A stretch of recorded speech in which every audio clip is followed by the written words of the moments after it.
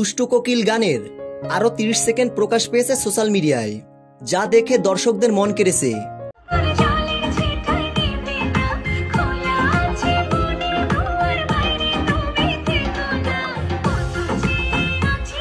শাকিব খান ও মিমি চক্রবর্তীর পারফরমেন্স দেখে ভক্তরা মুগ্ধ। গানটি প্রকাশের সাথে সাথে মুহূর্তেই ভাইরাল পুরো নেট দুনিয়ায়। ভক্তরা প্রশংসায় ভাসাচ্ছেন শাকিব খান ও মিমি চক্রবর্তীকে। দুষ্টু কোকিল গানটি সত্যি অসাধারণ হয়েছে। মিমি চক্রবর্তীর ড্রেস আপ, গেট আপ নজর কেড়েছে সকলের। গানটি দেখে কোনোভাবে চোখ ফেরানো যাচ্ছে না। ইতিমধ্যে অনেক প্রশংসনীয় হয়েছে দুষ্টু কোকিল গানটি। তবে অফিসিয়ালি গানটি প্রকাশ হলে নিঃসন্দেহে গানটি রেকর্ড করবে।